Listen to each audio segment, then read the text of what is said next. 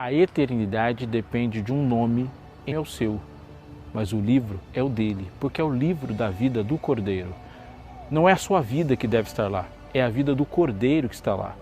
Eu não sei quantos anos você tem, qual é o seu nome, o que você fez ou deixou de fazer, mas eu sei uma coisa: a história do Cordeiro contida no livro é uma história perfeita de quem nasce, cresce, vive e simplesmente não peca, simplesmente não erra. E essa vida foi oferecida a você para que você tivesse certeza hoje de que nenhuma condenação há para os que estão em Cristo Jesus. Salvação não é uma exigência de Deus, não é algo que Ele quis de você, mas é algo que Ele ofereceu para você. Do lado de dentro da cidade eterna, haverão milhões de pessoas que pecaram. Da mesma forma que do lado de fora, também haverão milhões de pessoas que pecaram. Não é o pecado que determina a eternidade, mas aquilo que você e eu fazemos pelo que Ele fez.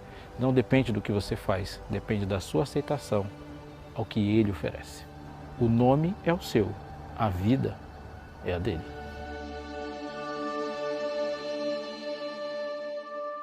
E, gente, como é que vocês estão? Eu tava com saudade, eu tava sumida por aqui, mas agora eu tô de volta. Quem esteve com vocês durante esse período foi o pastor Aleph. Tudo Tava certo? Como é que vocês passaram esse tempo sem mim aqui? Cara, a gente Super tava tentando bem. aí. Suave. Não acredito. Não acredito. Gente, pra gente começar o tema... Você ignorou super bem. A gente tem que estar mal, sabe? Porque você não dá ignorei. bem. Ignorei aqui, porque, né? Não, seja bem-vinda de volta, agora que você readmitiu o seu emprego. Nova funcionária aqui do NASP, Campo São Paulo. Gente, essa semana nós vamos falar sobre salvação. É particularmente um tema que eu gosto muito e é um tema que eu acho que também gera muitas dúvidas, né? E pra gente começar, tem uma dúvida assim que eu acho que é a principal, pra gente dar o start na nossa discussão, que é: existem requisitos pra gente ser salvo? Vai lá. Interessante agora. Agora você joga a pergunta pra mim Olha também. só. Gente, vocês estão sentindo como que é as coisas, né? Mas tudo bem, vamos lá então. Essa salvação tem requisitos? Tem. Existem. Quais? Aceitar Jesus como Salvador. Então já dá pra gente puxar outra pergunta que fizeram durante essa semana, ó. Posso... Complemente. Esse é o requisito. Não há nem outra forma de ser salvo sem que tenha um Salvador e só existe um Salvador. Ponto. Esse é o requisito para ser salvo. Ó, olha só a pergunta que fizeram. Qual que é a diferença entre estar em Cristo e aceitar a Cristo? Existe diferença? Existe. Qual? Mas elas não se separam.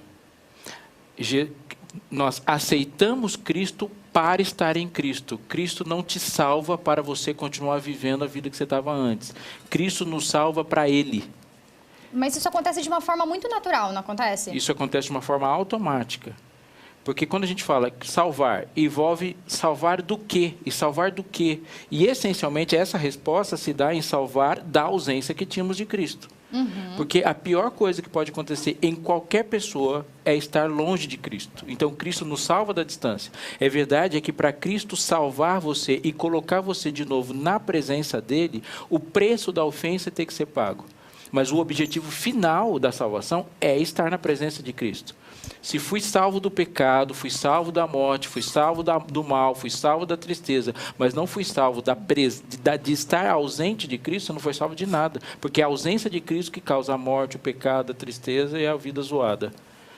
E o interessante disso aí é que a pergunta também pode surgir é o fato de por que eu não posso pagar esse preço? Por que existe necessidade? Se foi o ser humano, a humanidade, Você que pode de fato pagar. errou, por que eu não posso pagar? Em que sentido? Vamos lá, vamos trabalhar a ideia.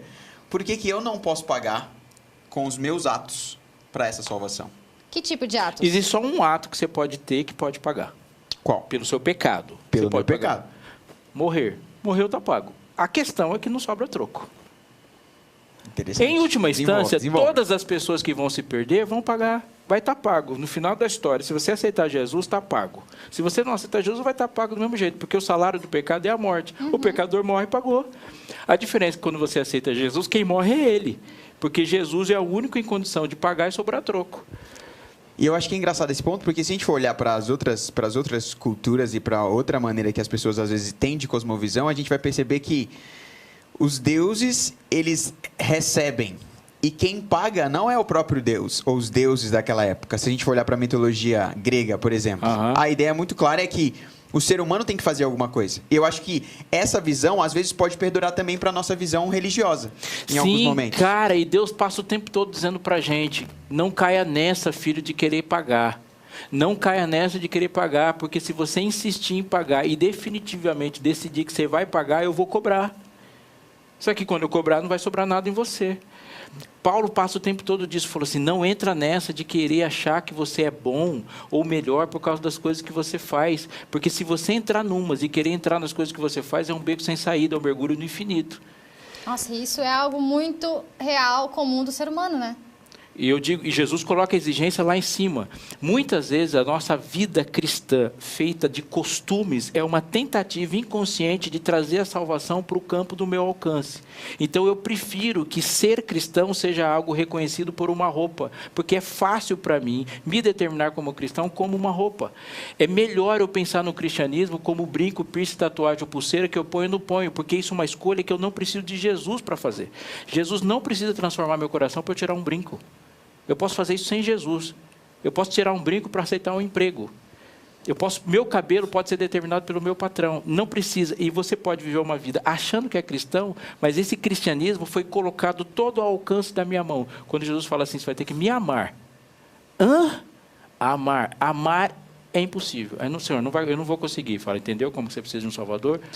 Eu estava conversando com o Eualif nos bastidores e a gente falou que, basicamente, as pessoas elas perdem tempo demais discutindo se pode usar brinco, se pode usar tatuagem, e a gente esquece do essencial. A gente se perde nessa de ficar discutindo sobre esses costumes, se vai, se usa, se não usa, e a gente se perde nessa. E essa é uma vibe que a gente vai reclassificando salvação. Tudo da salvação está no campo das coisas que eu consigo fazer. Isso é farisaísmo. O que o fariseu faz? Ele puxou o sábado, por exemplo, para aquilo que ele faz. Então, ele distribuiu uma quantidade enorme de regras, todas ao alcance. E a gente vai colocando. Isso gera um enorme cansaço, porque eu tenho que cumprir as metas que eu me propus a fazer. Então, eu disse que ser crente é não falar palavrão. Agora eu tenho que me esforçar para cumprir a meta que eu mesmo pus. Isso é a religião do costume, a religião cosmética, é o Cristo desodorante. Enfia ele debaixo do braço e torce para não deixar mancha. Olha só. Quando Jesus fala assim, não, religião é uma vida de milagres. Uma vida de milagres você nunca vai conseguir alcançar. Eu consigo falar assim, cara, eu sou um cara legal, moral, nunca peguei a mulher de ninguém. Jesus falou assim, quantas vezes você desejou? Porque é aí que eu estou dizendo sobre adultério. Eu sou um cara tal, legal, que eu nunca matei ninguém. Ele falou, mas você xingou o motoboy, lembra aquele dia que o motoboy lá te fechou no trânsito, você queria que ele morresse? Eu falei, mas senhor, eu não consigo. É exatamente isso que eu estou falando, você não consegue. Exatamente. Por isso que ela é de graça, né, a salvação. Se não for de graça, a gente não paga. Ou é de graça ou não rola. É isso que é a grande questão, né? Não? E a questão é, se a salvação ela aconteceu, ela ainda acontece? Porque tem aquela ideia de que talvez a salvação não seja somente algo que aconteceu no passado. Mas diariamente, talvez? Diariamente. E também tem alguma coisa relacionada ao futuro? Como que funciona? Vou usar o exemplo da China que eu dei aqui um momento. Eu sou amigo do Eualif, o Eualif brigou comigo e ele foi embora lá para a China. E lá na China ele se deu mal lá, se quebrou. Eu quero o Eualif de volta comigo. O que eu faço? Falo, Eualif, volta. Ele falou, não consigo voltar. A passagem custa $4.000. O que eu faço? Pago a passagem. O que vai garantir a volta do Eualif? A capacidade dele de preparar-se, de se arrumar e de dobrar as roupas e colocar dentro da mala, ou a passagem ser paga? Quando você vai para o guichê lá do aeroporto, o que a pessoa pergunta para você? Passagem. Passagem. Se a passagem. Não adianta se a sua mala está dentro dos requisitos ou não estão. Se não pagar, você não embarca. O que vai levar você para o céu? O seu preparo ou a passagem? A passagem. Portanto, ninguém vai para o céu por preparo. Ninguém. Isso é ilógico. Senão Jesus teria subido lá em cima da cruz e lá de cima gritado, preparem-se. Ele não falou isso que ele bradou lá, ele não falou prepare-se, ele falou está pago. Tetelestai, então a gente está já consumado. Tem essa passagem. Claro. O preparo é posterior à compra da passagem e não anterior. Porque se você passar a vida inteira arrumando as malas e não ter o preço pago, pode ter arrumado a mala legalzinho, mas não vai. A santidade não faz sentido se a presença com Deus não for garantida. Você não se santifica para ir. Você se santifica porque vai. Então, responde a pergunta do Aleph. É diariamente, então? Diariamente eu me preparo para encontrar com Deus que pagou o preço por esse encontro. Santidade sem justiça não faz o menor sentido. Faz sentido? Show. Ó, vamos para a próxima pergunta, então. Se a salvação não é uma exigência de Deus, por que minha vida, para ter sentido, precisa dele? Dele o quê? De Deus ou de salvação? De Deus. Vai. Ele tá arrumando essa realidade. Faz a Só pergunta para discordar, né? Faz a pergunta de novo aí. Vamos fazer de novo, Eu tava então, pensando vamos. que era ele que ia responder esse negócio aí. Fala aí. Eu vou responder. É que eu preciso ter tô meio assim, carente de tensão. Vai lá, fala aí. Ó, vamos lá. Se a salvação não é uma exigência de Deus, por que a minha vida, para ter sentido, precisa dele? Caraca, isso é muito interessante, porque eu acho que Eclesiastes deixa isso muito claro pra gente, se a gente for parar pra pensar, porque ele fala assim: tudo Deus fez formoso no seu devido tempo, mas ele colocou algo dentro do nosso coração que só vai ser saciado por ele. Então, se a gente for parar para pensar, não existe existência e a ausência de vida é morte sem ele. Porque o fato de nós termos sido criados, e aí a gente pode conversar sobre esse ponto também, o fato de nós termos sido criados e nós recebermos o fôlego de vida de Deus, é um fôlego dele, não é nosso. Então, a gente já tem uma relação com o divino, e essa relação, ela se faz cada vez mais profunda quando a gente entende o fato de que ele colocou em nós também a eternidade. E essa é uma busca constante, que sem ele existe um vazio, e um vazio que a gente vai ter que buscar. Há uma relação, eu vou emendar, que acontece antes e depois do pecado. Quando Adão foi expulso do Éden, por que ele passou a ser mortal? O que fez o homem perder a vida quando ele pecou?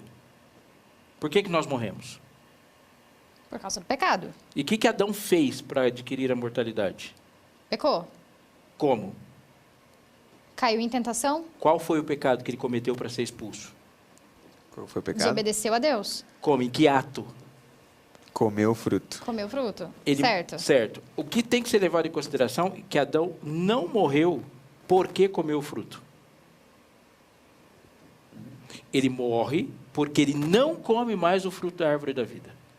Porque a árvore do conhecimento do bem e do mal não mata. O que mata é não comer do fruto da árvore da vida. E aquele último fruto que ele comeu teve um impulso para ele de 900 anos.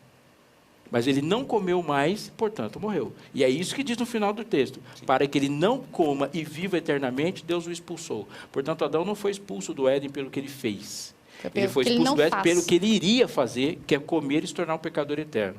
Ou seja, lá no Éden, a vida de Adão dependia da vida que vinha da árvore. E quando o pecador, depois do Éden, pecava, o salário do pecado é a morte. Ele parou de comer do fruto da vida, da árvore da vida. E por que ele ainda continuou vivendo e não morreu no dia que comeu? E por que a gente continua vivendo? Por que assim, lá no Antigo Testamento, os pecados que são para a morte não eram executados na hora? Porque o pecador tinha que pegar o cordeiro e levar lá. Porque se o cordeiro não morrer, aquele cara vai morrer. Ou é o cordeiro, ou é você. Portanto, uma pessoa que levou o cordeiro para ser sacrificado, só sabe que está vivo, porque o cordeiro morreu. Portanto, o cordeiro e o fruto são a mesma coisa. E quando você voltar para o céu, ou para a nova terra, vai ter uma árvore lá da vida que vai dar fruto de mês em mês. E se a gente parar de comer do fruto, a gente morre. Portanto, a vida eterna no céu não vai ser uma transformação em que você tem vida em si mesmo, que nunca teremos vida em nós mesmos. A nossa fonte é o fruto. Nós vamos ter que voltar, ou seja, o que o céu vai nos devolver, que a eternidade vai nos devolver, é o acesso à árvore da vida. E é o acesso que nos dá. A pergunta é, salvação não é uma exigência de Deus? Não é uma exigência de Deus. Salvação é uma oferta. Um presente, talvez? Deus não exigiu que você fosse salvo. Deus deu a salvação. É por isso que uma pessoa que se perdeu não vai se perder porque não conseguiu produzir salvação. É porque ela rejeitou uma salvação que lhe foi oferecida. Você não vai para a mesa do rei levando comida. A ofensa não é isso. A ofensa é Deus. O rei te propôs a comida e falou, não quero. Eu falei, então vai passar fome. Não tem outra forma. Fonte de vida sem pecado sempre foi Deus. Fonte de vida com pecado é Deus. Deus é fonte de vida em qualquer circunstância. Portanto, nunca a vida em Deus não é uma exigência. Nunca foi, nem para Adão. É sempre uma oferta. O Aleph quer falar?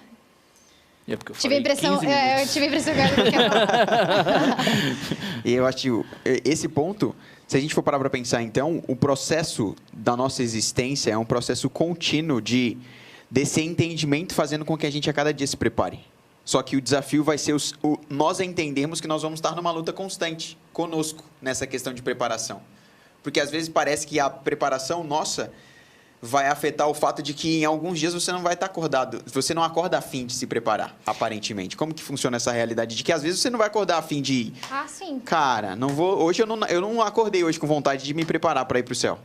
Quando eu penso no meu preparo para o céu, na minha vida para o céu, de como o meu problema se resolve, de como a tristeza vai desaparecer, de como o pecado na minha vida vai desaparecer, quando a pandemia vai aparecer, a dengue, o chikungunya, o boleto, e os meus pais e o divórcio dos outros.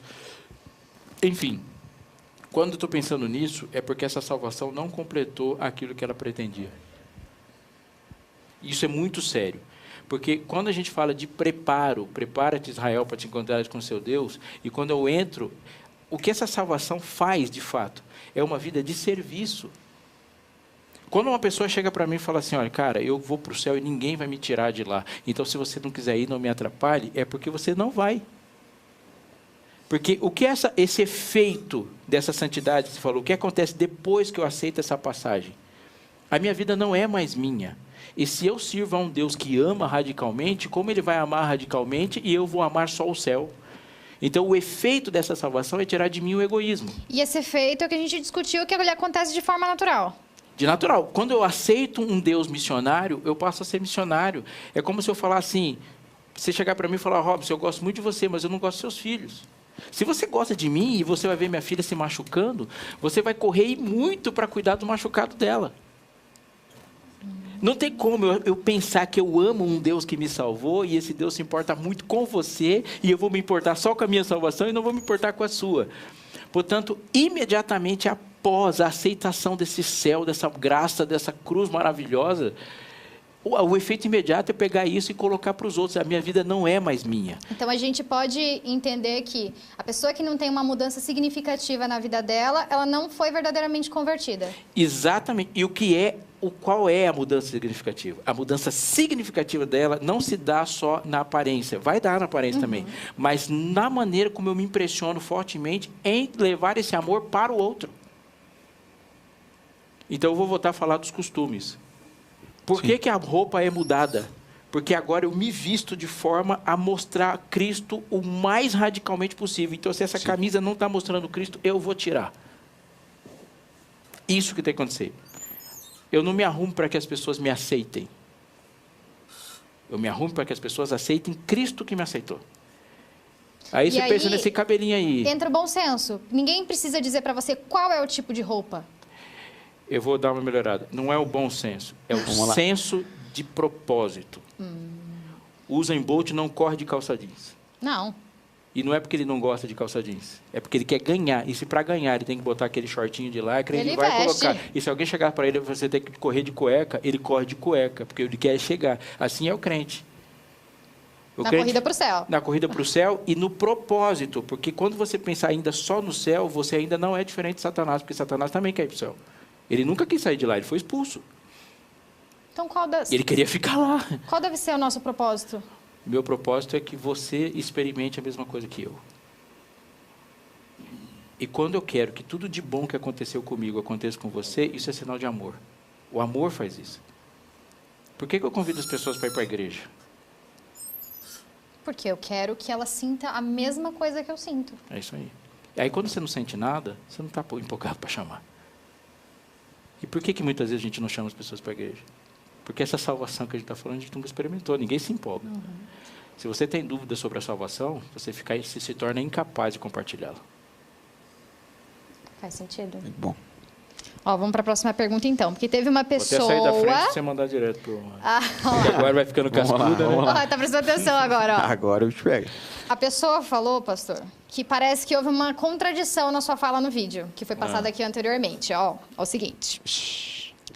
Parece que houve uma contradição na sua fala do vídeo. Eu não preciso fazer, mas aceitar, mas ao mesmo tempo preciso fazer para ser salvo?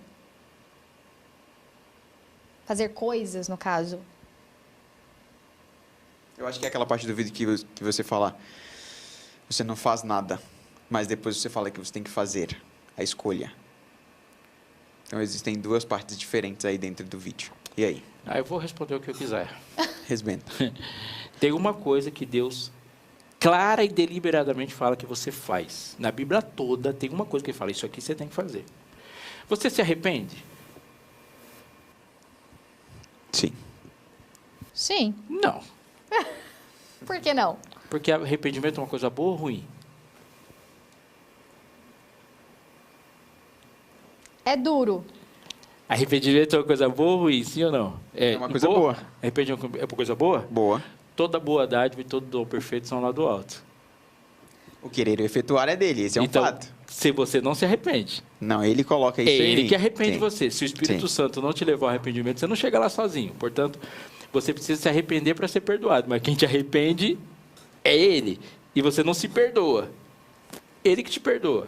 E você não se desenvolve.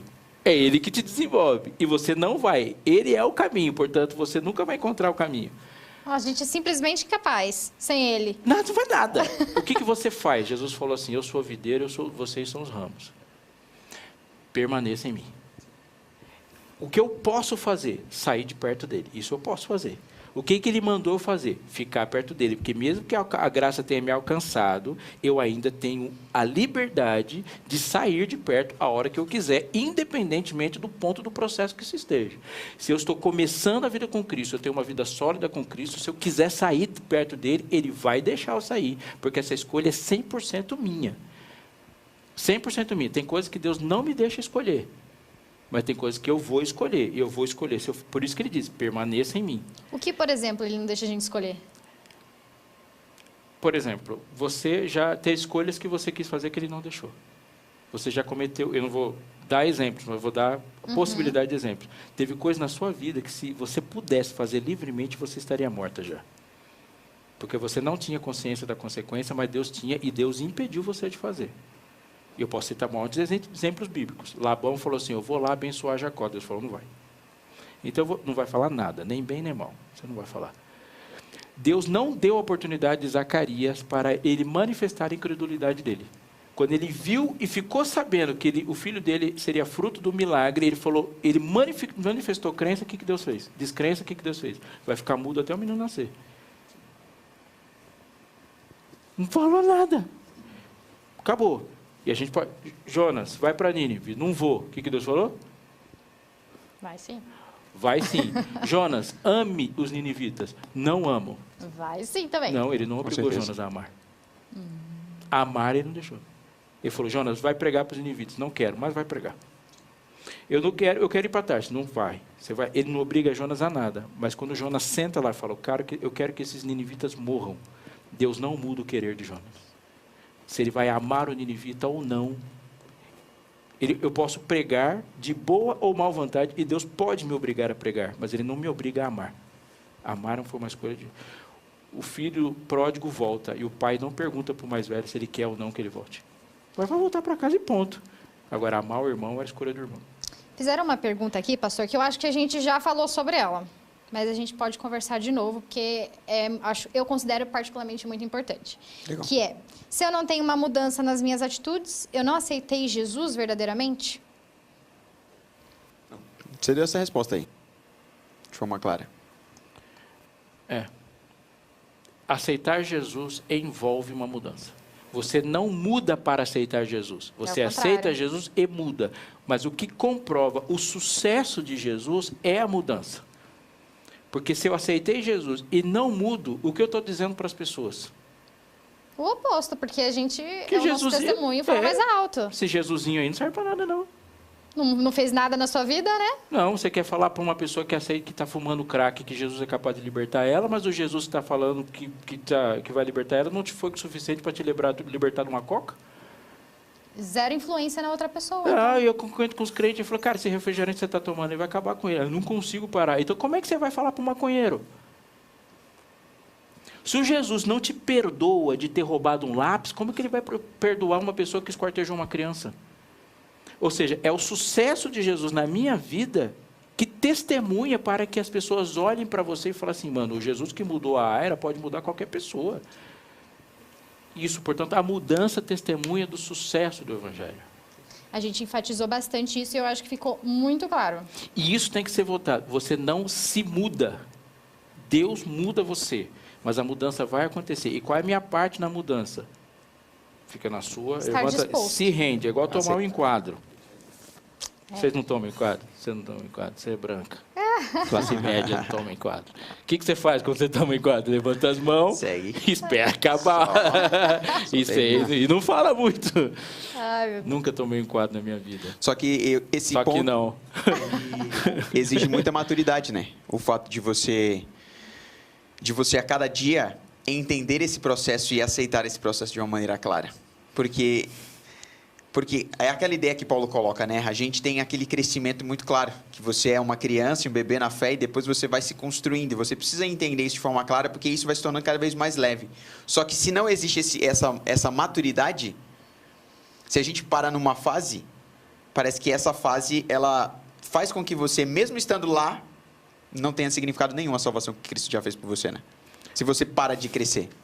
Cara, e você tocou num ponto aí, falando sobre maturidade, eu penso o seguinte sobre maturidade. Assimila aí, não precisa pensar igual eu, mas pensa. Maturidade, em essência, é o desenvolvimento da consciência da incapacidade. Uma pessoa imatura é uma pessoa que se acha capaz. Quanto mais maduro você é, tanto na vida como na fé, o quanto você vai se conscientizando que você não consegue. Vamos pensar no relacionamento. Isso é muito perigoso, né, pastor? A gente achar que está arrasando na fé, por exemplo. A gente é vaso rachado. Se você pega um vaso rachado e põe ele embaixo da fonte, o que vai acontecer? Pega um vaso, põe ele embaixo da fonte e enche. E tira da fonte, o que acontece? Vaza toda a água. A gente é assim. Como que você faz para um vaso rachado permanecer cheio? Fica embaixo da fonte. É vaso rachado. Nós somos todos vasos rachados. Saiu da fonte vazia na hora. Agora, maturidade é você desenvolver a consciência que você não pode nada. Quando Davi achou que não podia nada e se viu fraco, ele pegou 5 pedras, com um gigante, sabendo que ele não ia errar. O que ele falou? Eu vou matar esse cara e o próximo que aparecer vai tomar pedrada também.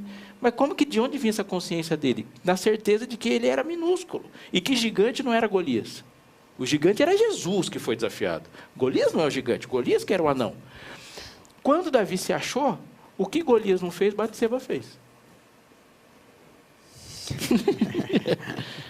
Isso é um fato importante. Tem alguma outra aí? Tem. Temos aí. Vamos lá. Se a salvação é de graça, por que eu preciso seguir leis? Porque você não foi salvo para você, você foi salvo para ele. Acabou a Segunda Guerra Mundial, as batalhas estão no Pacífico. Hitler tomou uma paulada em Berlim, os soviéticos entraram pelo lado oriental. Ó, historiador. Os aliados entraram pelo lado. Acabou, Berlim. Aí os japoneses continuam lá. Os caras vão lá e soltam uma bomba em Hiroshima, outra em Nagasaki, e agora há a rendição japonesa. A rendição japonesa significa que eles vão se entregar o quê na rendição? Perdeu a guerra, vai entregar o quê? Tudo. Acabou a guerra, o que os japoneses entregaram? Vão entregar os soldados, vão entregar as armas, vão entregar os aviões, vão entregar os tanques, vão entregar o território, vão entregar tudo. Você se rende a Deus. O que você entrega? Tudo. Tudo. Mas, essencialmente, uma coisa tem que ser entregue. Uma. A sua vontade. Sim. Porque foi a sua vontade que colocou você na zica que você entrou. Sim. É a sua vontade de pecar, é a sua vontade de sonhar, a sua vontade de ter aplauso, é a sua vontade. Quando eu entreguei a vontade, em essência, entregar a vontade é agora não ser mais lei para si mesmo. Aliás, ser lei para si mesmo, na Bíblia tem uma palavra em grego, uma pessoa que vive tendo lei para si mesmo, a Bíblia chama isso de anomia. Anomo, viveu sem lei. Anomia e autonomia é a mesma coisa. O que é um autônomo? É que faz lei para si mesmo. Mas a palavra anomia, você não leu ela na Bíblia, porque lá a tradução para anomia é pecado. Olha só. O que é uma pessoa que vive em pecado? Uma pessoa que se governa. Isso é uma pessoa em pecado. O que é uma pessoa que vive em santidade? É aquela que a lei está no coração. Por que eu tenho que obedecer à lei? Porque eu gosto tanto daquela pessoa que quero fazer tudo que a agrada. E como é que eu sei o que está agradando? Deus manifestou o seu caráter através da lei. Portanto, ele fala assim, eu gosto disso, quer me agradar, é só fazer isso. Simples assim. A minha esposa tem um monte de lei lá. Uma das leis é, se você quiser fazer um negócio que eu gosto, você tem que fazer lasanha. Está fechado. Você faz lasanha, ela gosta. E o Aleph quer falar? Muito bom. Não. Depois a gente Para a gente caminhar para o fim do nosso bate-papo, tem uma última... A gente está caminhando para o fim desde o começo. Olha só, é verdade, é verdade. Vamos lá, então. Caramba. Vamos lá, vai lá. Olha só. Como que a gente pode ter o nosso nome escrito no livro da vida? Havia um homem na terra de Uz, cujo nome era Jó. Conhece a história?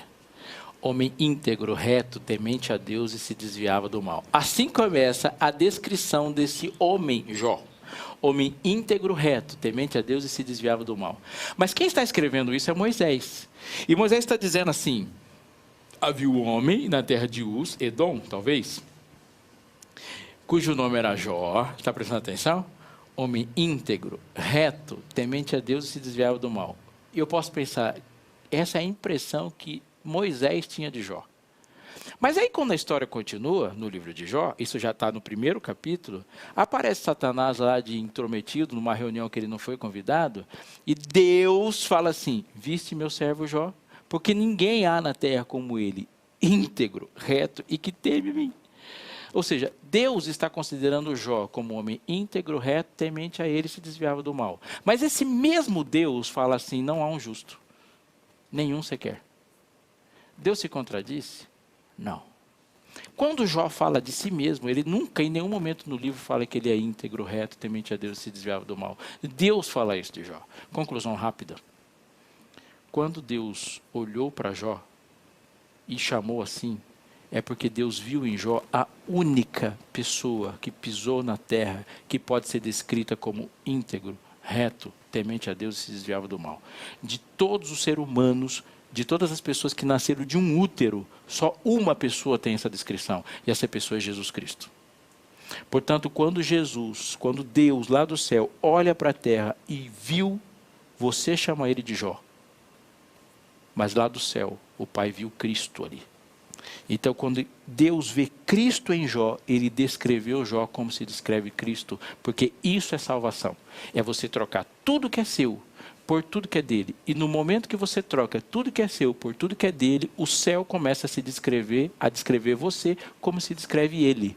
Você pode não ter ouvido, mas no dia do seu batismo, o Pai falou para o universo inteiro ouvir. Esse é meu filho amado, em quem eu tenho muita alegria. Mas isso é sobre Jesus? Não, isso é sobre você. Porque foi isso que você aceitou quando trocou sua vida com ele. Você é descrito para o céu como Jesus é descrito.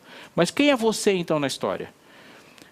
Se você quiser saber um capítulo na Bíblia que mais te descreve, você tem que ler Isaías 53. E o que o Isaías 53 fala sobre você? Fala que assim, nenhuma beleza havia para que você fosse agradado, desprezado, mais indigno entre os homens, homem de dores e que sabe o que é padecer. Isso é você, não é Jesus. Porque Jesus é lindo, Jesus é majestoso, Jesus é perfeito, e a descrição de Isaías 53 não se enquadra ao Jesus. Porque Jesus não é sofredor, Jesus não é feio, Jesus não é dilacerado, Jesus nunca se pode dizer para Jesus que olhando para ele nenhuma beleza havia para que nos agradasse. Não, quando eu olho para Jesus, eu vejo uma beleza que me atrai profundamente. Mas como ele é descrito assim? Porque ele é descrito assim na cruz, e na cruz ele tomou o seu lugar. Então se você quiser saber como é você, olhe para a cruz. Porque está lá, mãos e pés amarrados, completamente incapaz. Quem está crucificado não pode mexer um dedo. Incapaz. Não dá para descer, não dá para se mexer, mal dá para chorar. Jesus na cruz é feio. Mas ele não está feio porque ele é feio. Ele está feio porque ele está no seu lugar. Simples assim. Ruim, mas essa é a única forma de você aceitá-lo. O céu te vê.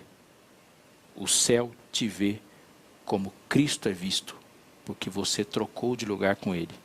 Mas para você lembrar daquilo que aconteceu, você deve olhar para a cruz. Aquela imagem não é a do Filho de Deus. Aquela imagem é a sua. Conclusão. E por favor, se você for esquecer tudo que eu te disse, não se esqueça disso. Como você faz para ter seu nome escrito no livro da vida? Lembre-se de duas coisas.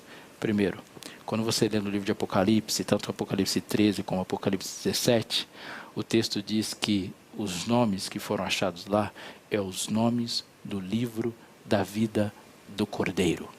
Então entenda, a vida descrita no livro da vida não é a sua, é a vida do Cordeiro. O nome é seu. No dia em que o universo inteiro parar, naquele momento onde todos os destinos se dividem, e todos se separam, e quem vai viver uma eternidade na inexistência e a eternidade na existência, onde quem será eliminado deixa de existir, e aquele que será lembrado continuará, e diante daquele trono todos os destinos se distinguem, naquele momento o seu nome será falado, e a vida descrita vai começar com Belém e terminar na glória, porque a vida que está lá é a vida do Cordeiro, não a sua. Não importa onde você nasceu, no livro da vida está escrito que você nasceu em Belém. Não importa qual é o nome do seu pai, porque no livro da vida vai estar dizendo que você foi gerado pelo Espírito Santo, porque foi isso que aconteceu quando você o aceitou. Todo aquele que é nascido do Espírito termina no céu. Quando dizer das suas obras, não vai dizer das mancadas que você deu, porque as obras escritas ali são de alguém que andava fazendo bem, que curava, que ensinava, que ajudava os outros. E quando alguém procurar defeito na descrição, não vai achar, e você vai entrar no céu como nunca tivesse pecado, porque o livro é da vida do Cordeiro, embora o nome que esteja lá seja o seu. E a vida do Cordeiro está no seu lugar. E você entrará sim, íntegro, reto, temente a Deus, e que se desvia do mal. E a sua vida? Sua vida está lá na cruz. Aquela é a sua vida. E a sua morte? Também está lá na cruz. Aquela é a sua morte. Como eu faço para aceitar o ter meu nome escrito no livro da vida? Você não faz. Essa é a resposta. Ele que fez. Você não escreve seu nome no livro da vida. Você não convence Deus a colocar seu nome no livro da vida. Você o aceita e se rende e passa a viver a vida dele. A vida de Cristo está colocada no livro da vida e o seu nome está lá. Mas a partir do momento que o seu nome é escrito no livro da vida, Deus começa a escrever a sua vida aqui. Ele desenha a sua vida.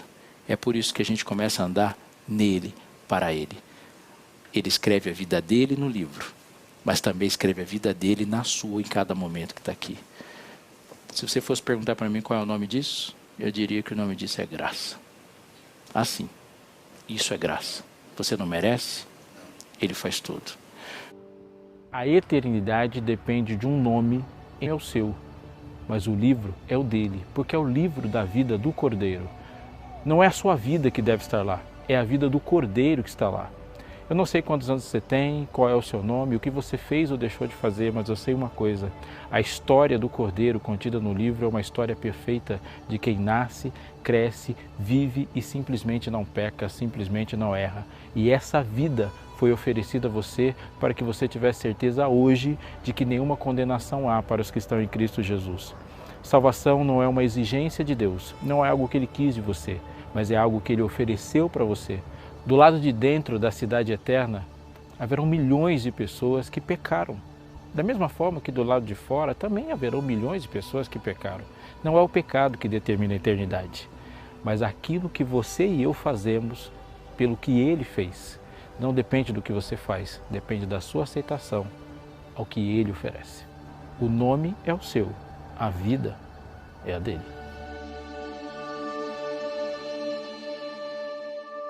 E, gente, como é que vocês estão? Eu tava com saudade, eu tava sumida por aqui, mas agora eu tô de volta. Quem esteve com vocês durante esse período foi o pastor Eulef. Tudo Tava certo? Como é que vocês passaram esse tempo sem mim aqui? Cara, a gente Super tava bem. tentando aí.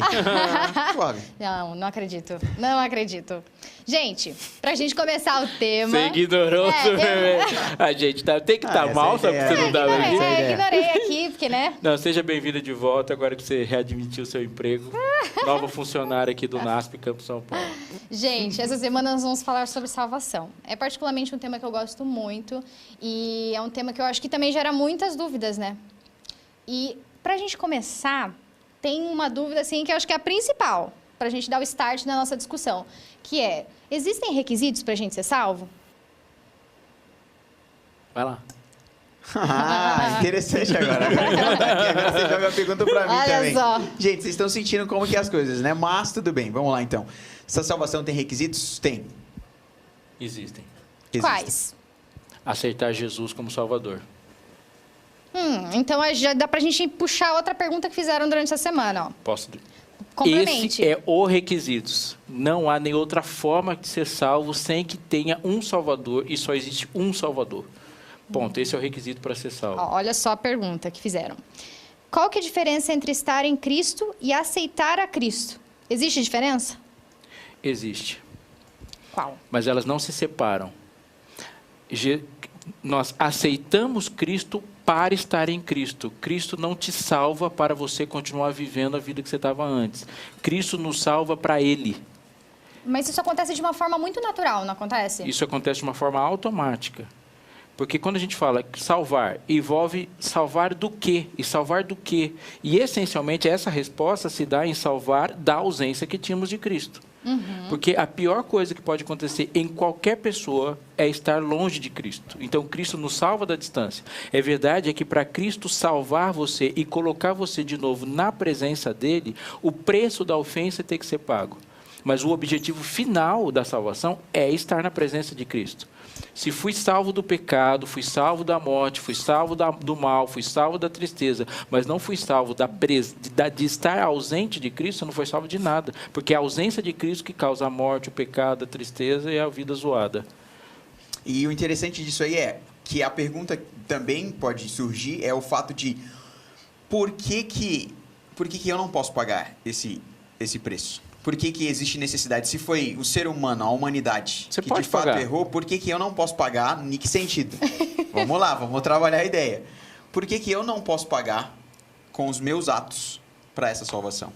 Que tipo de atos? Existe só um ato que você pode ter que pode pagar. Qual? Pelo seu pecado. Pelo você meu pode pagar. pecado. Morrer. Morreu, está pago. A questão é que não sobra troco.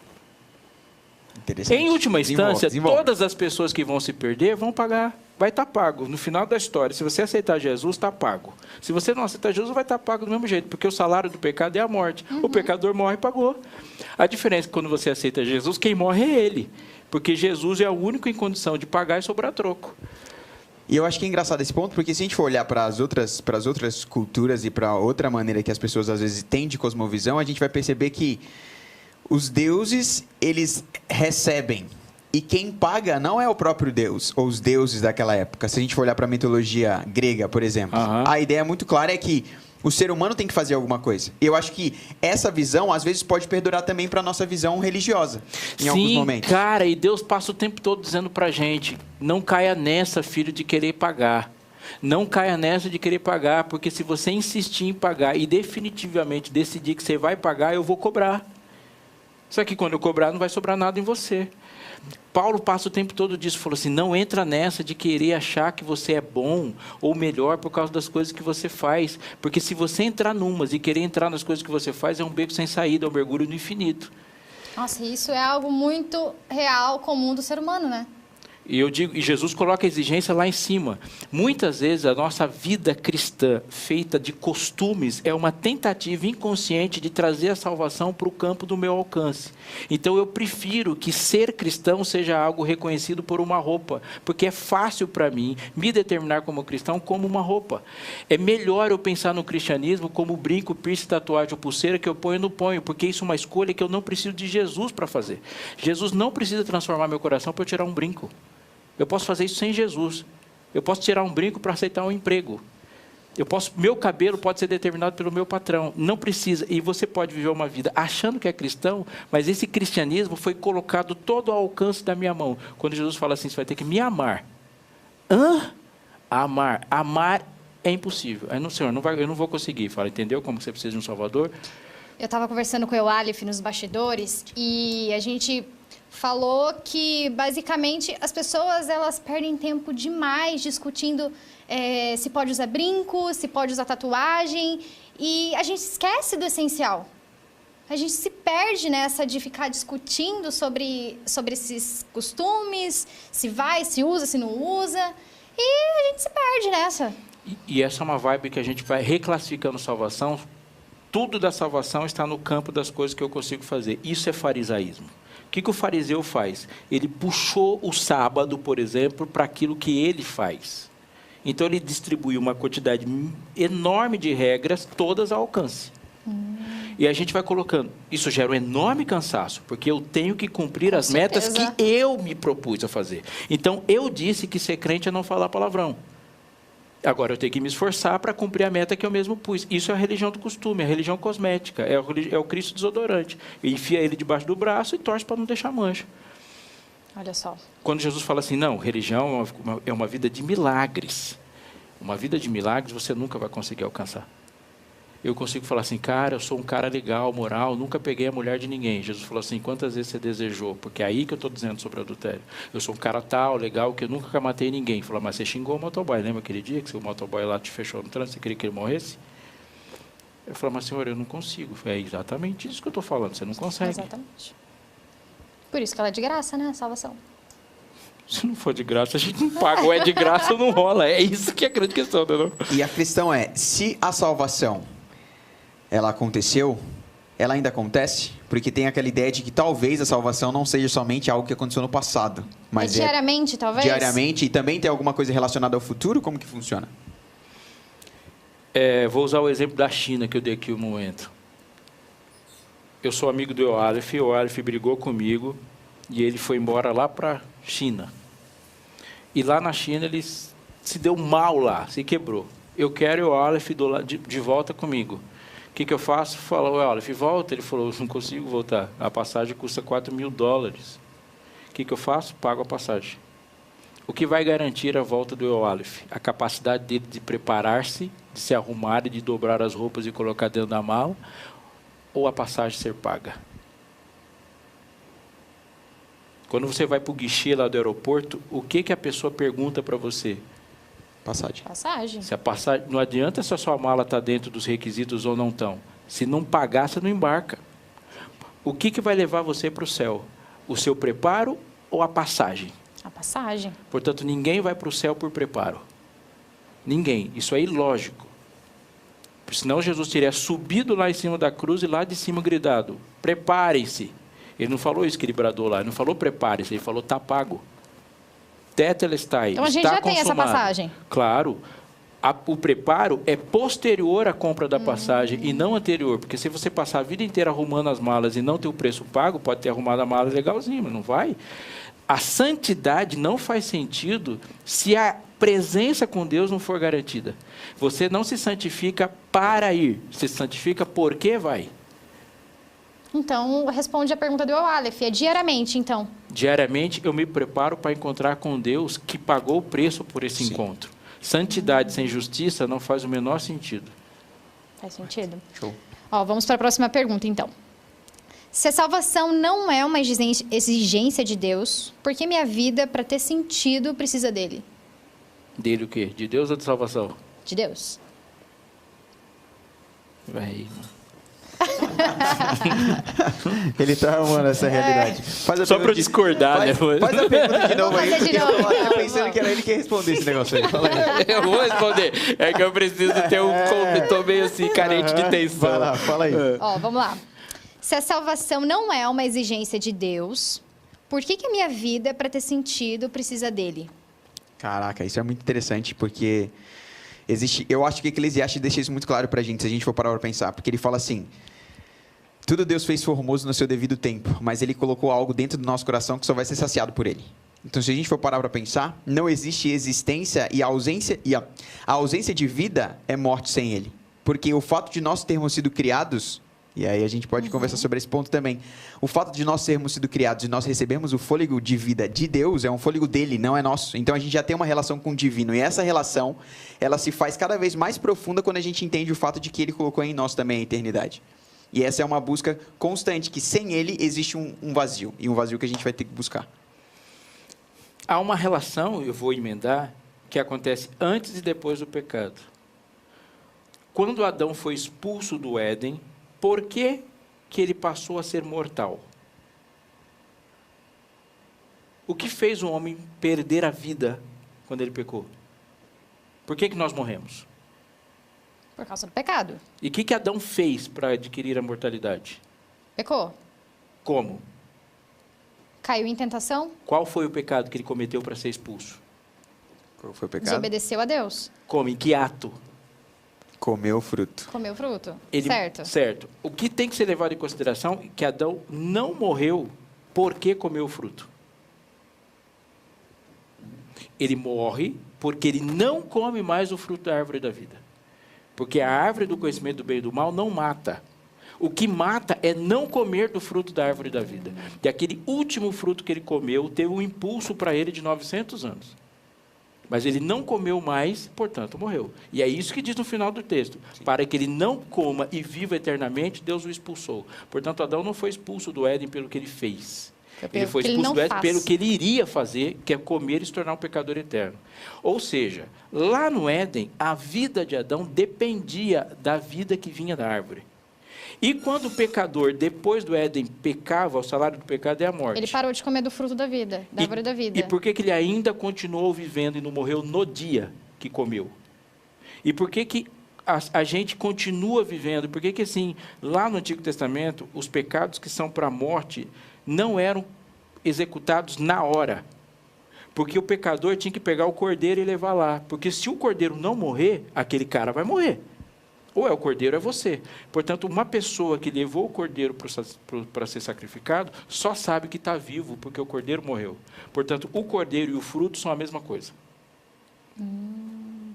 E quando você voltar para o céu, ou para a nova terra, vai ter uma árvore lá da vida que vai dar fruto de mês em mês. E se a gente parar de comer do fruto, a gente morre. Portanto, a vida eterna no céu não vai ser uma transformação em que você tem vida em si mesmo, que nunca teremos vida em nós A mesmos. nossa fonte é o fruto. Nós vamos ter que voltar, ou seja, o que o céu vai nos devolver, que a eternidade vai nos devolver, é o acesso à árvore da vida. E é o acesso que nos dá. A pergunta é, salvação não é uma exigência de Deus? Não é uma exigência Não. de Deus, salvação é uma oferta. Um presente, talvez? Deus não exigiu que você fosse salvo, Deus deu a salvação. É por isso que uma pessoa que se perdeu não vai se perder porque não conseguiu produzir salvação. É porque ela rejeitou uma salvação que lhe foi oferecida. Você não vai para a mesa do rei levando comida. A ofensa não é isso. A ofensa é o rei te propôs a comida e falou, não quero. Eu falei, então vai passar fome. Não tem outra forma. Fonte de vida sem pecado sempre foi Deus. Fonte de vida com pecado é Deus. Deus é fonte de vida em qualquer circunstância. Portanto, nunca a vida em Deus não é uma exigência. Nunca foi, nem para Adão. É sempre uma oferta. O Aleph quer falar? É porque eu Tive a falei impressão, 15 minutos. eu tive a impressão que o Aleph quer falar. E eu acho que esse ponto, se a gente for parar para pensar, então, o processo da nossa existência é um processo contínuo desse entendimento fazendo com que a gente a cada dia se prepare. Só que o desafio vai ser nós entendemos que nós vamos estar numa luta constante conosco nessa questão de preparação. Porque às vezes parece que a preparação nossa vai afetar o fato de que em alguns dias você não vai estar acordado, você não acorda a fim de se preparar, aparentemente. Como que funciona essa realidade de que às vezes você não vai acordar a fim de, Ah, sim. cara, não vou, hoje eu não acordei hoje com vontade de me preparar para ir para o céu. Quando eu penso no meu preparo para o céu, na minha vida para o céu, de como o meu problema se resolve, de como a tristeza vai desaparecer, de como o pecado na minha vida vai desaparecer, quando a pandemia vai aparecer, a dengue, o chikungunya, o boleto, e os meus pais e o divórcio dos outros. Enfim, quando eu estou pensando nisso, é porque essa salvação não completou aquilo que ela pretendia. Isso é muito sério. Porque quando a gente fala de preparo, prepara-te Israel para te encontrares com o seu Deus, e quando eu entro, o que essa salvação faz de fato? É uma vida de serviço. Quando uma pessoa chega para mim e fala assim, olha, cara, eu vou para o céu e ninguém vai me tirar de lá, então se você não quiser ir, não me atrapalhe, é porque você não vai. Porque o que é esse efeito dessa santidade, você falou, o que acontece depois que eu aceito essa passagem? A minha vida não é mais minha. E se eu sirvo a um Deus que ama radicalmente, como Ele vai amar radicalmente e eu vou amar só o céu? Então, o efeito dessa salvação é tirar de mim o egoísmo. E esse efeito é o que a gente discutiu, que ele acontece de forma natural.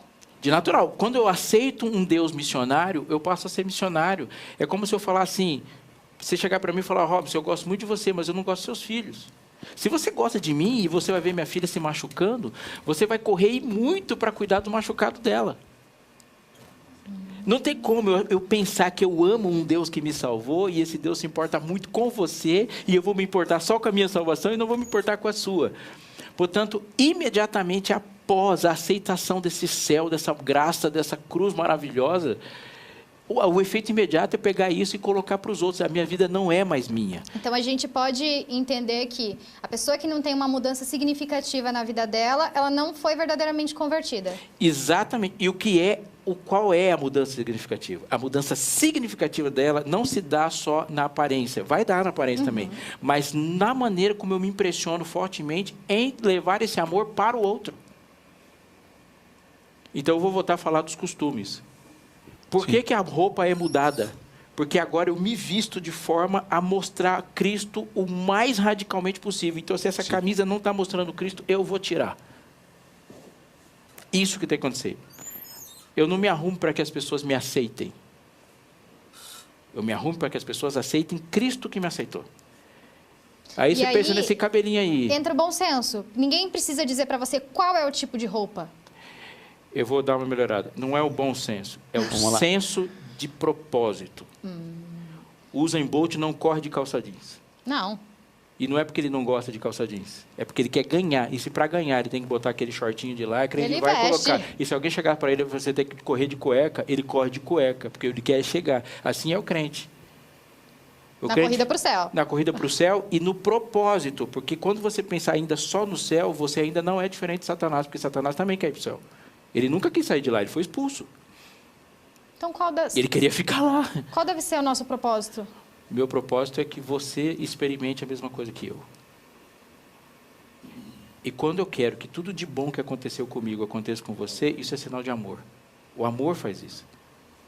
Por que eu convido as pessoas para ir para a igreja? Porque eu quero que ela sinta a mesma coisa que eu sinto. É isso aí. E aí, quando você não sente nada, você não está empolgado para chamar. E por que muitas vezes a gente não chama as pessoas para a igreja? Porque essa salvação que a gente está falando, a gente nunca experimentou, ninguém se empolga. Se você tem dúvida sobre a salvação, você se torna incapaz de compartilhá-la. Faz sentido. Muito bom. Ó, vamos para a próxima pergunta então, porque teve uma pessoa... Vou até sair da frente e você mandar direto para o... Agora vai ficando cascuda, né? Tá prestando atenção agora, ó. Agora eu te pego. A pessoa falou, pastor, que parece que houve uma contradição na sua fala no vídeo, que foi passada aqui anteriormente. Ó, é o seguinte. Parece que houve uma contradição na sua fala do vídeo. Eu não preciso fazer, mas aceitar, mas ao mesmo tempo preciso fazer para ser salvo? Fazer coisas, no caso. Eu acho que é aquela parte do vídeo que você fala, você não faz nada, mas depois você fala que você tem que fazer a escolha. Então existem duas partes diferentes aí dentro do vídeo. E aí? Eu vou responder o que eu quiser. Resbenta. Tem uma coisa que Deus clara e deliberadamente fala que você faz. Na Bíblia toda tem uma coisa que ele fala, isso aqui você tem que fazer. Você se arrepende? Sim. Sim. Não.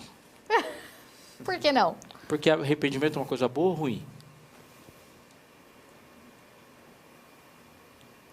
É duro. Arrependimento é uma coisa boa ou ruim, sim ou não? É uma coisa boa. Arrependimento é uma coisa boa? Boa. Toda boa dádiva e todo dom perfeito são lá do alto. O querer e o efetuar é dele, esse é um fato. Se você não se arrepende. Não, ele coloca isso aí. É ele que arrepende você. Se o Espírito Sim. Santo não te levar ao arrependimento, você não chega lá sozinho. Portanto, você precisa se arrepender para ser perdoado. Mas quem te arrepende é ele. E você não se perdoa. Ele que te perdoa. E você não se desenvolve. É ele que te desenvolve. E você não vai. Ele é o caminho. Portanto, você nunca vai encontrar o caminho. A gente é simplesmente incapaz, sem ele. Nada, não vai nada. O que você faz? Jesus falou assim, eu sou a videira, vocês são os ramos. Permaneça em mim. O que eu posso fazer? Sair de perto dele. Isso eu posso fazer. O que ele mandou fazer? Ficar perto dele. Porque mesmo que a graça tenha me alcançado, eu ainda tenho a liberdade de sair de perto a hora que eu quiser, independentemente do ponto do processo que se esteja. Se eu estou começando a vida com Cristo, eu tenho uma vida sólida com Cristo, se eu quiser sair de perto dele, ele vai deixar eu sair. Porque essa escolha é 100% minha. 100% minha. Tem coisas que Deus não me deixa escolher. Mas tem coisas que eu vou escolher. E eu vou escolher. Por isso que ele diz, permaneça em mim. O que, por exemplo, ele não deixa a gente escolher? Por exemplo, você já tem escolhas que você quis fazer que ele não deixou. Você já cometeu, eu não vou dar exemplos, mas eu vou dar a possibilidade de exemplos. Teve coisas na sua vida que se você pudesse fazer livremente, você estaria morta já. Porque você não tinha consciência da consequência, mas Deus tinha, e Deus impediu você de fazer. E eu posso citar muitos exemplos bíblicos. Labão falou assim, eu vou lá abençoar Jacó. Deus falou, não vai. Então, não vai falar nada, nem bem nem mal. Você não vai falar. Deus não deu a oportunidade de Zacarias para ele manifestar a incredulidade dele. Quando ele viu e ficou sabendo que o filho dele seria fruto do milagre, ele falou, ele manifestou crença, o que Deus fez? Descrença, o que Deus fez? Vai ficar mudo até o menino nascer. Não falou nada. Acabou. E a gente pode... Jonas, vai para Nínive. Não vou. O que Deus falou? Vai sim. Vai sim. Jonas, ame os ninivitas. Não amo.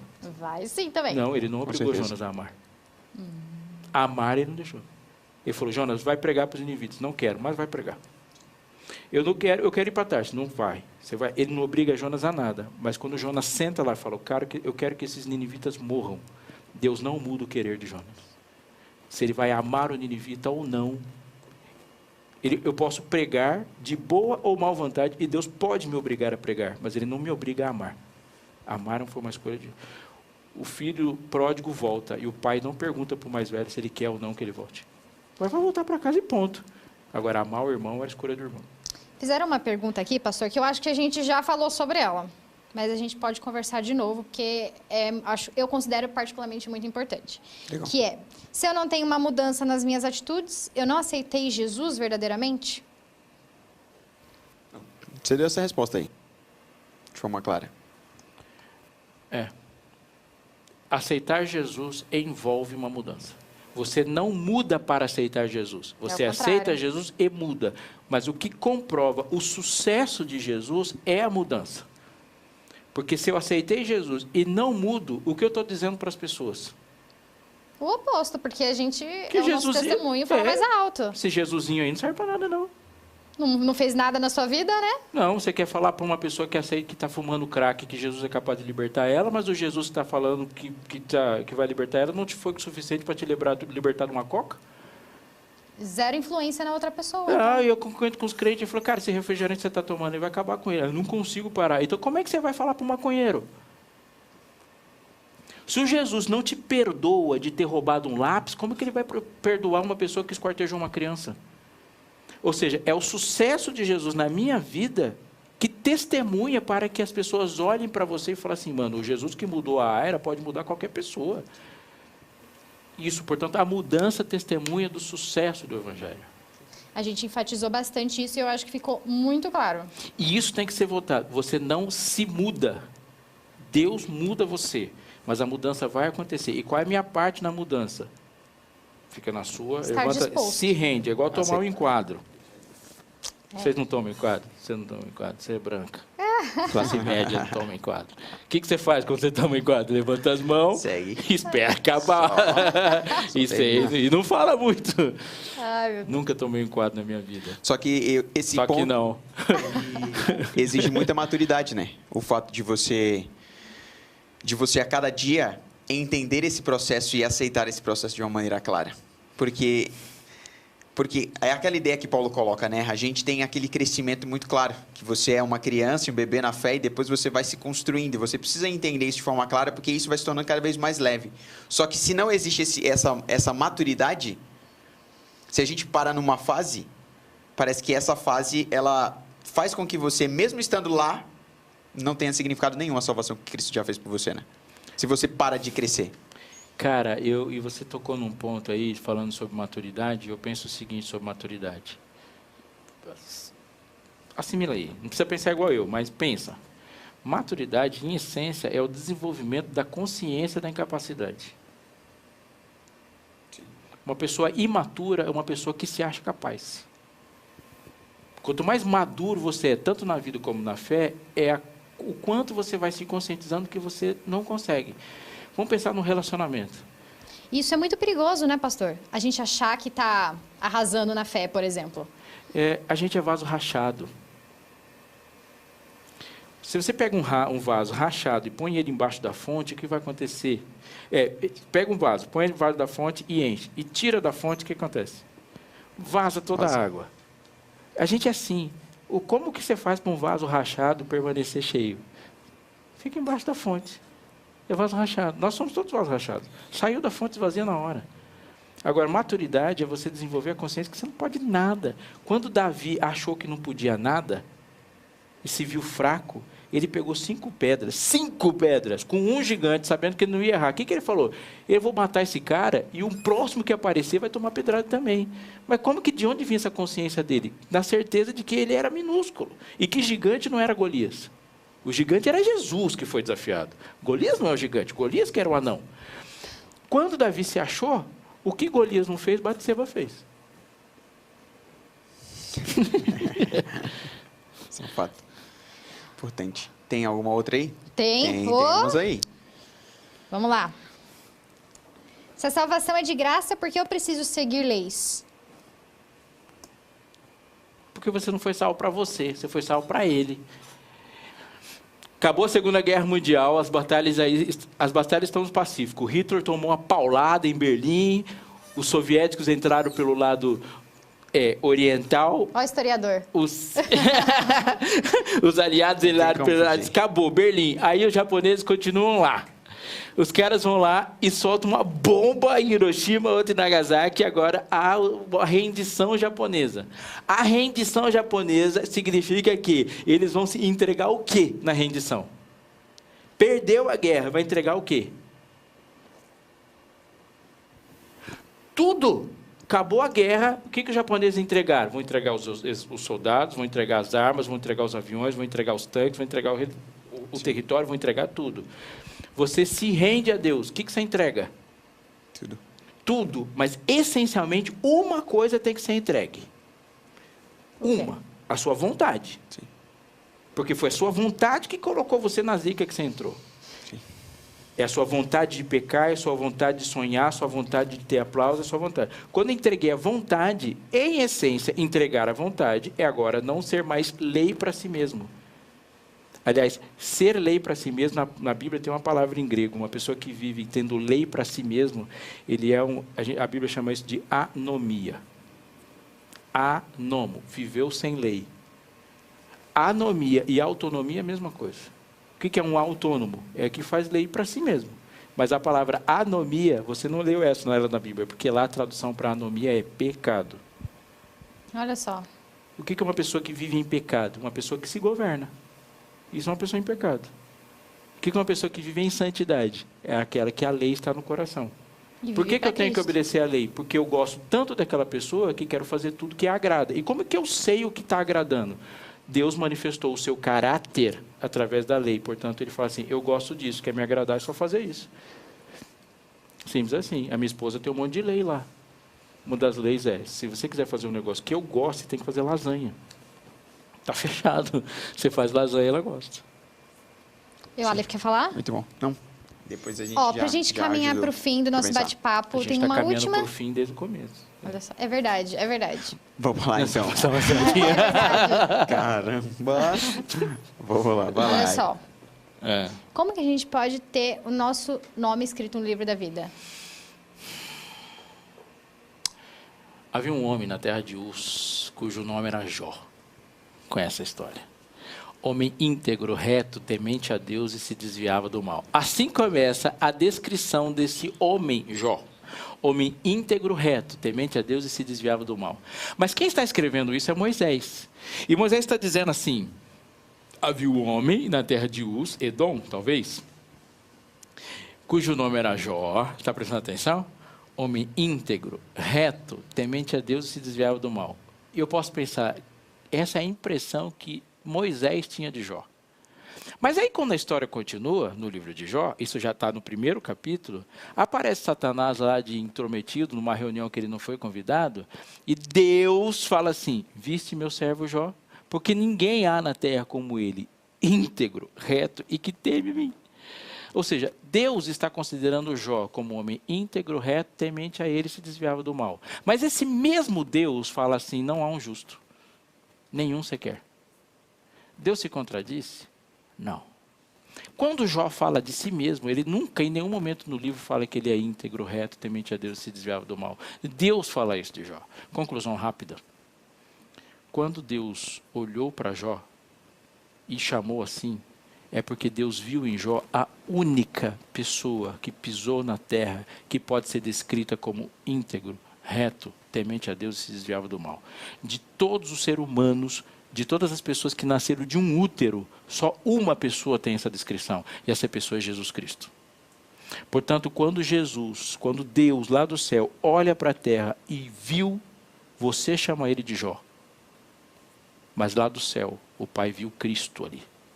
Então, quando Deus vê Cristo em Jó, ele descreveu Jó como se descreve Cristo, porque isso é salvação. É você trocar tudo que é seu por tudo que é dele. E no momento que você troca tudo que é seu por tudo que é dele, o céu começa a descrever você como se descreve ele. Você pode não ter ouvido, mas no dia do seu batismo, o Pai falou para o universo inteiro ouvir. Esse é meu filho amado, em quem eu tenho muita alegria. Mas isso é sobre Jesus? Não, isso é sobre você. Porque foi isso que você aceitou quando trocou sua vida com ele. Você é descrito para o céu como Jesus é descrito. Mas quem é você então na história? Se você quiser saber um capítulo na Bíblia que mais te descreve, você tem que ler Isaías 53. E o que Isaías 53 fala sobre você? Fala que assim, nenhuma beleza havia para que você fosse agradado, desprezado, mais indigno entre os homens, homem de dores e que sabe o que é padecer. Isso é você, não é Jesus. Porque Jesus é lindo, Jesus é majestoso, Jesus é perfeito, e a descrição de Isaías 53 não se enquadra ao Jesus. Porque Jesus não é sofredor, Jesus não é feio, Jesus não é dilacerado, Jesus nunca se pode dizer para Jesus que olhando para ele nenhuma beleza havia para que nos agradasse. Não, quando eu olho para Jesus, eu vejo uma beleza que me atrai profundamente. Mas como ele é descrito assim? Porque ele é descrito assim na cruz, e na cruz ele tomou o seu lugar. Então se você quiser saber como é você, olhe para a cruz. Porque está lá, mãos e pés amarrados, completamente incapaz. Quem está crucificado não pode mexer um dedo. Incapaz. Não dá para descer, não dá para se mexer, mal dá para chorar. Jesus na cruz é feio. Mas ele não está feio porque ele é feio. Ele está feio porque ele está no seu lugar. Simples assim. Ruim, mas essa é a única forma de você aceitá-lo. O céu te vê. O céu te vê como Cristo é visto, porque você trocou de lugar com ele. Mas para você lembrar daquilo que aconteceu, você deve olhar para a cruz. Aquela imagem não é do Filho de Deus. Aquela imagem é sua. Conclusão. E por favor, se você for esquecer tudo que eu te disse, não se esqueça disso. Como você faz para ter seu nome escrito no livro da vida? Lembre-se de duas coisas. Primeiro, quando você lê no livro de Apocalipse, tanto Apocalipse 13 como Apocalipse 17, o texto diz que os nomes que foram achados lá é os nomes do livro da vida do Cordeiro. Então entenda, a vida descrita no livro da vida não é a sua, é a vida do Cordeiro. O nome é seu. No dia em que o universo inteiro parar, naquele momento onde todos os destinos se dividem e todos se separam, e quem vai viver uma eternidade na inexistência e a eternidade na existência, onde quem será eliminado deixa de existir e aquele que será lembrado continuará, e diante daquele trono todos os destinos se distinguem, naquele momento o seu nome será falado e a vida descrita vai começar com Belém e terminar na glória, porque a vida que está lá é a vida do Cordeiro, não a sua. Não importa onde você nasceu, no livro da vida está escrito que você nasceu em Belém. Não importa qual é o nome do seu pai, porque no livro da vida vai estar dizendo que você foi gerado pelo Espírito Santo, porque foi isso que aconteceu quando você o aceitou. Todo aquele que é nascido do Espírito termina no céu. Quando dizer das suas obras, não vai dizer das mancadas que você deu, porque as obras escritas ali são de alguém que andava fazendo bem, que curava, que ensinava, que ajudava os outros.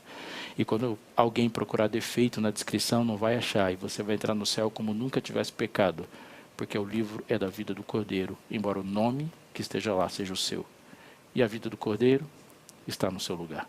E você entrará assim, íntegro, reto, temente a Deus, e que se desvia do mal.